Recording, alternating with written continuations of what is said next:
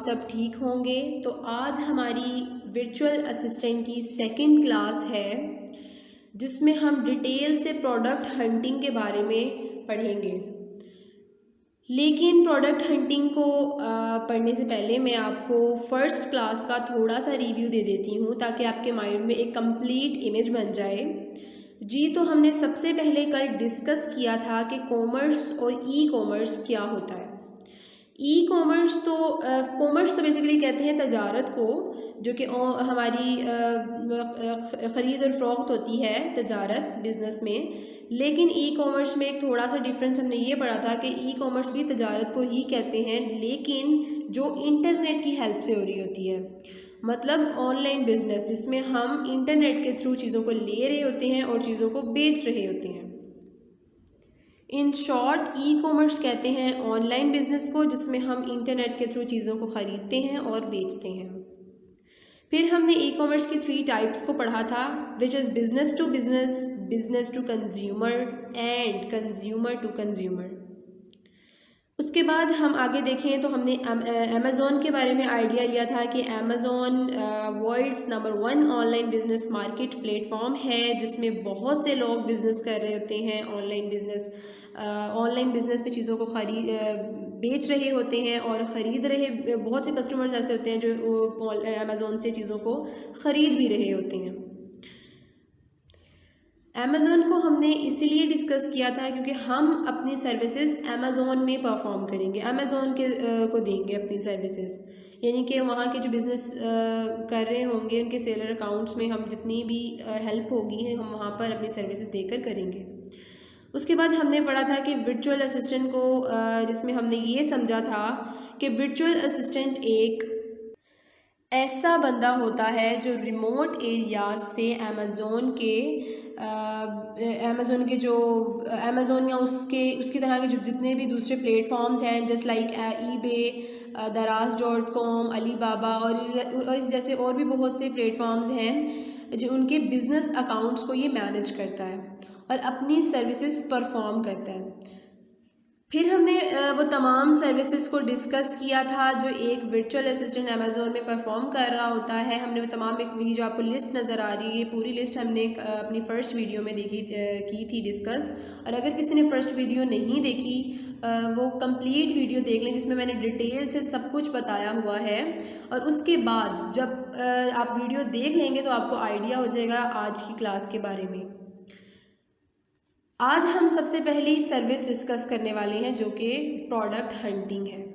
जब एक बंदा जो अमेज़ॉन पे अपना बिज़नेस स्टार्ट करता है तो सबसे पहले वो अपना सेलर अकाउंट बनाता है। सेलर अकाउंट बनाने के बाद वो एक वर्चुअल असिस्टेंट को हायर करता है जो उसके बिज़नेस में उसकी हेल्प करता है, तो उसके प्रोडक्ट्स को ढूंढने में कि कौन सा प्रोडक्ट उसके लिए प्रॉफिटेबल होगा या कौन सा प्रोडक्ट उसके लिए ठीक रहेगा उसके बिज़नेस के लिए। और वो बंदा कौन होता है? वो एक प्रोडक्ट हंटर होता है जो उसकी हेल्प करता है। मतलब वो एक वर्चुअल असिस्टेंट होता है जो प्रोडक्ट हंटिंग करता है, यानी कि अपनी प्रोडक्ट हंटिंग वाली सर्विस जो होता है वो दे रहा होता है। सबसे पहले आफ्टर सेलर अकाउंट हम सबसे पहले डिटेल में देखेंगे कि प्रोडक्ट हंटिंग क्या होती है। तो चलिए प्रोडक्ट हंटिंग के बारे में हम जानते हैं। प्रोडक्ट हंटिंग को हम बेसिकली प्रोडक्ट रिसर्च भी कहा जाता है, इसे प्रोडक्ट रिसर्च भी कहते हैं और प्रोडक्ट हंटिंग भी कहते हैं। इसके अलावा इसे हम प्रोडक्ट मार्केट एनालिसिस भी कहते हैं और मार्केट रिसर्च भी कहा जाता है। सबसे पहली बात कि अमेज़ॉन में हम कोई भी प्रोडक्ट ऐसे ही उठाकर नहीं बेच सकते। ये तो हर बिज़नेस का रूल होता है कि बिज़नेस करने से पहले प्रोडक्ट का रिसर्च करना पड़ता है, ये मैंने आपको पहले भी बताया था। उसकी ऐसे ही प्रोडक्ट बेचने की रीज़न ये है कि क्योंकि हम बिज़नेस करने जा रहे हैं ना, तो बिज़नेस में हमें पता होना चाहिए बिज़नेस के बारे में कि मार्केट में क्या चल रहा है, यानी कि हमें बिज़नेस की इन एंड आउट्स को पता होना चाहिए, हमें उसकी हाव नाव होनी चाहिए और पता होना चाहिए कि क्या चीज़ बिक रही है या किस चीज़ की ज़्यादा रिसर्च हो रही है मार्केट में, या किस चीज़ की मार्केट में सबसे ज़्यादा डिमांड है। या ऐसा तो नहीं है कि कोई ऐसी चीज़ है जिसका बहुत ज़्यादा कंपटीशन चल रहा है और मार्केट में बहुत ज़्यादा कंपटीशन चल रही है, बहुत ज़्यादा ट्रेंडी हो चुकी हुई है। या फिर ये हो कि हम हमारे जो कॉम्पिटिटर्स हैं वो बहुत ज़्यादा है मार्केट में, जिनसे हमारा कंपटीशन बहुत ज़्यादा हो, तो इस टाइप की चीज़ों को हमें देखना है। तो अगर हम ये तमाम चीज़ें लेकर चलते हैं, मतलब हर चीज़ का एनालिसिस करके उस पर कंप्लीट रिसर्च करके चलते हैं, तो हमारे जो रिस्क होते हैं, यानी कि रिस्क या लॉसेस जो वगैरह होते हैं, उनके चांसेस बहुत ज़्यादा मिनिमाइज़ हो जाते हैं। फॉर एग्ज़ाम्पल मेरे पास एक प्रोडक्ट है विच इज़ लैपटॉप। मैं सोचती हूँ कि मैं लैपटॉप बेचना शुरू कर देती हूँ अमेज़ोन पे। अब मैं उसे अमेज़ोन में प्राइवेट लेबल करके बेचना शुरू अगर कर भी देती हूँ, तो क्या होता है, मैं in the result in the end मुझे पता चलता है कि मेरी इतनी सेल ही नहीं हो रही। तो उसकी वजह क्या होती है? उसकी रीज़न ये होती है कि मैंने मार्केट पर रिसर्च ही नहीं की होती। मतलब मैंने उस लैपटॉप को देखा ही नहीं होता कि उस लैपटॉप को कितने लोग सर्च कर रहे हैं, या अमेज़ोन पर ऑलरेडी जो लोग लैपटॉप बेच रहे हैं वो इससे कितना कमा रहे हैं या कितना रेवेन्यू जनरेट कर रहे हैं। या ऐसा तो नहीं है कि वहाँ बहुत बड़े बड़े ब्रांड्स बैठे हुए हैं और सारी सेल्स वही लेकर जा रहे हैं, और हम जैसे कोई जो छोटे सेलर्स अगर आते भी हैं मार्केट में, मतलब तो उनकी सेल ही नहीं मिलती, उन्हें सेल ही नहीं मिलती। तो हमने बेसिकली एनालिसिस करना है मार्केट का, प्रोडक्ट का, कि कौन सी चीज़ अमेज़ॉन पे सर्च की जा रही है और किसको हम सेल कर सकते हैं। ये सारा एनालिसिस हमने सबसे पहले करना है। और अगर हम लोकल बिज़नेस की भी अगर मैं एग्जांपल दूँ आपको एक लोकल बिज़नेस की, तो वो भी हम रेंडमली उठाकर नहीं बेच सकते। कोई भी प्रोडक्ट रेंडमली उठाकर हम नहीं बेच सकते, क्योंकि हमने दो चीज़ें अपने माइंड में रखी होती हैं कि एक सप्लाई और एक होती है उसकी डिमांड। एक सप्लाई और एक डिमांड होती है जो बेसिकली एक प्रोडक्ट जो हंटिंग कर रहा होता है उसके माइंड में होती है, और एक इसके अलावा एक बिजनेसमैन के माइंड में होती है, कितनी सप्लाई आ रही है और कितनी डिमांड हो रही है। अब प्रोडक्ट हंटिंग का मतलब क्या है कि हमने ऐसी प्रोडक्ट ढूंढनी है जिसकी डिमांड तो हाई है, लेकिन उसकी डिमांड पूरी करने के लिए जो उसके सप्लाईज हैं वो या तो मीडियम है या लो है। अगर हम डेफिनेशन के थ्रू देखें तो प्रोडक्ट हंटिंग की डेफिनेशन ये है कि Amazon product hunting is all about analyzing current market trends to choose winning items, something that can generate high sales.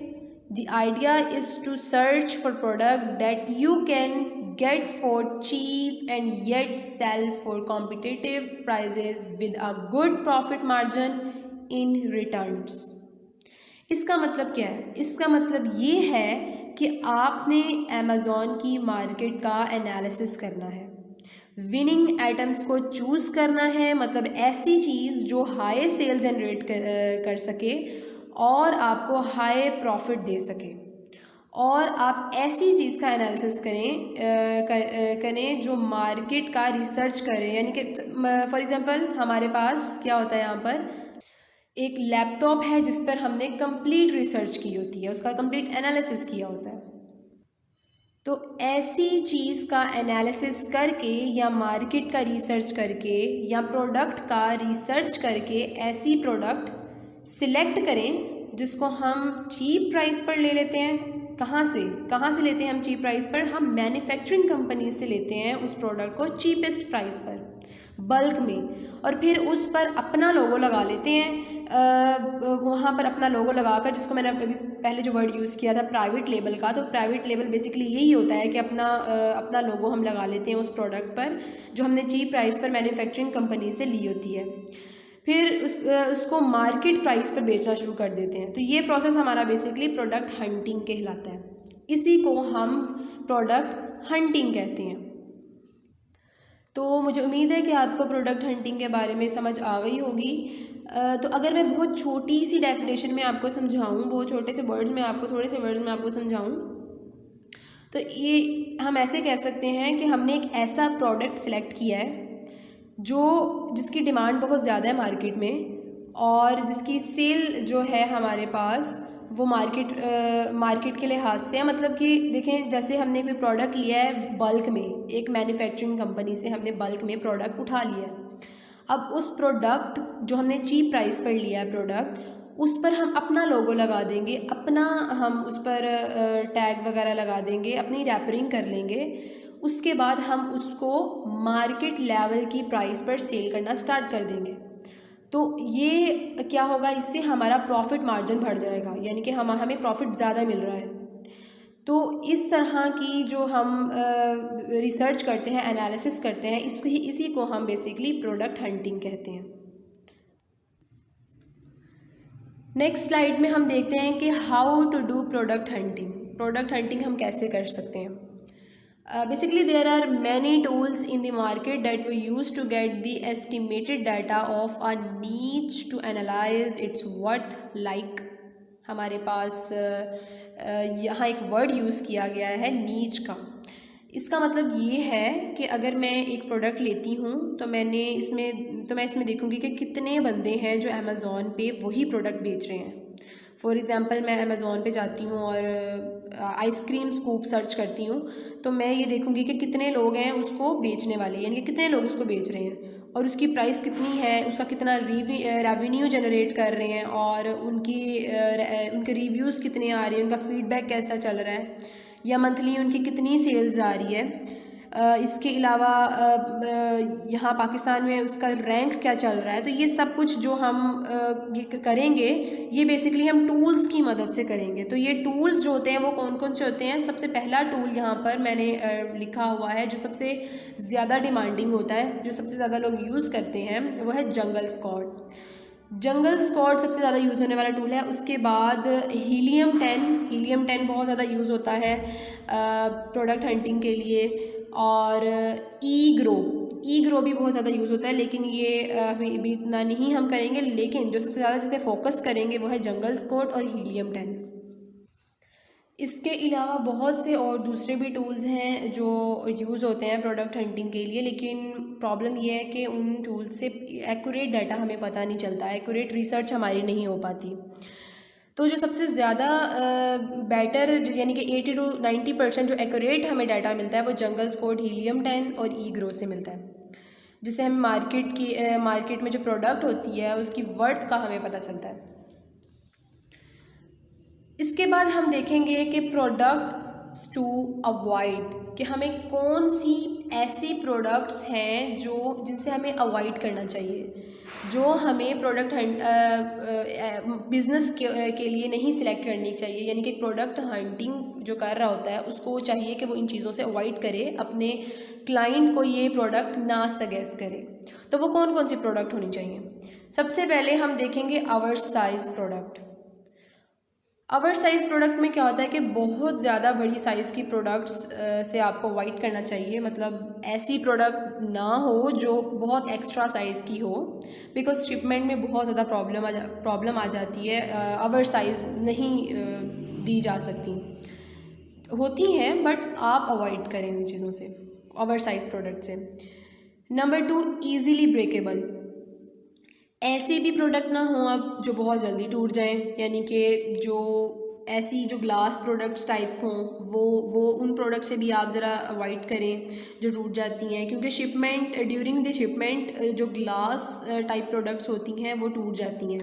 तो उसका जो लॉस होता है वो फिर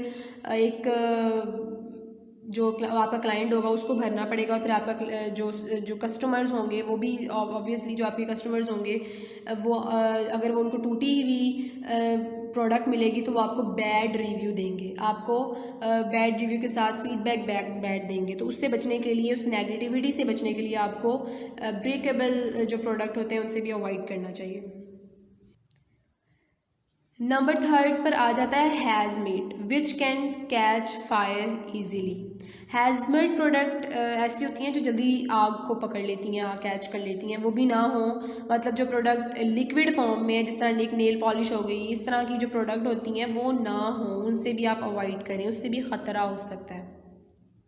उसके बाद लिथियम 10 एंड बैटरीज़, यानी कि बैटरीज़ वाली प्रोडक्ट भी ना हो, उनसे भी आप अवॉइड ही करें।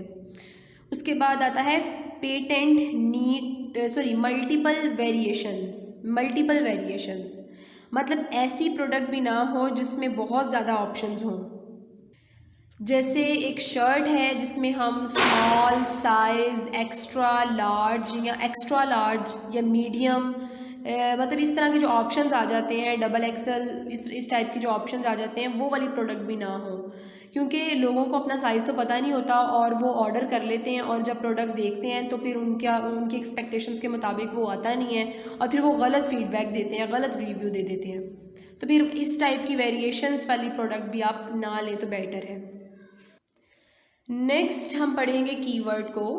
Keyword is very very most important concept जो आपको आना चाहिए। एक प्रोडक्ट हंटिंग को, अगर आप प्रोडक्ट हंटिंग कर रहे हैं और आपको कीवर्ड के बारे में नहीं पता तो that is which is very very disappointed. तो कीवर्ड क्या होता है? Keywords are the words and phrases that describe your product. Keywords ऐसे वर्ड्स या फ्रेजेस हैं जो आपके प्रोडक्ट को बताते हैं, आपके प्रोडक्ट को डिस्क्राइब करते हैं। इन शॉर्ट, कीवर्ड्स वो वाले फ्रेजेस होते हैं, वो वाले वर्ड्स होते हैं जो आपकी प्रोडक्ट को डिस्क्राइब कर रहे होते हैं। जैसे एक कीवर्ड है आइसक्रीम स्कूप। अब ये आइसक्रीम स्कूप ये एक कीवर्ड है। जब हम उसको अमेज़ोन पर सर्च करते हैं तो अमेज़ोन हमें आइसक्रीम स्कूप से रिलेटेड जितने भी रिज़ल्ट होते हैं वो निकाल कर दे देता है। तो कीवर्ड हमें क्या करता है? प्रोडक्ट को सिंप्लीफाई कर देता है, मतलब कस्टमर्स के लिए ईज़ी कर देता है प्रोडक्ट को सर्च करने में। और फिर जो उसके क्या कहते हैं, एग्जैक्ट वही रिज़ल्ट्स होते हैं वो हमें फिर शो करवाता है। इसके अलावा जो कीवर्ड होता है, कीवर्ड एक प्रोडक्ट हंटिंग में बहुत ज़्यादा यूज़ होने वाली चीज़ है, जिसमें ये होता है कि ये जो आपको टूल्स बताए हैं इन्हीं में बहुत ज़्यादा कीवर्ड्स हैं। जब आप ये टूल्स पढ़ेंगे, देखेंगे तो आपको इन कीवर्ड्स के बारे में भी आइडिया हो जाएगा। तो कंप्लीट होती है आज की हमारी सेकंड क्लास, जिसमें मैंने आपको प्रोडक्ट हंटिंग के बारे में बताया कि प्रोडक्ट हंटिंग क्या होती है और अमेज़ॉन में प्रोडक्ट हंटिंग का क्या रोल है। तो इसके बारे में आपका टास्क आज का ये है कि आपने यूट्यूब पे या डिफरेंट ब्लॉग्स में डिफरेंट ट्यूटोरियल्स आपने सर्च करने हैं प्रोडक्ट हंटिंग के बारे में और अपने नोट्स रेडी करने हैं। अपने नोट्स रेडी करें ताकि आपके माइंड में वो कंप्लीट इमेज बन जाए। अमेज़ॉन ई-कॉमर्स और जो भी मैंने आपको पढ़ाया, वर्चुअल असिस्टेंट और इसके अलावा जो आपको प्रोडक्ट हंटिंग के बारे में बताया, इन सब के कंप्लीट नोट्स बनाएं और इनको 2-3 बार रिवाइज़ करें और देखें कि समझें कि ये क्या चीज़ जो है हम डिस्कस कर रहे हैं। तो आज की क्लास में आपको एंड करती हूँ। उम्मीद करती हूँ आपको समझ आई होगी और अगर आपको समझ आई है तो प्लीज़ मेरी वीडियो को लाइक करें, सब्सक्राइब करें और शेयर ज़रूर करें। तब तक के लिए अल्लाह हाफिज़।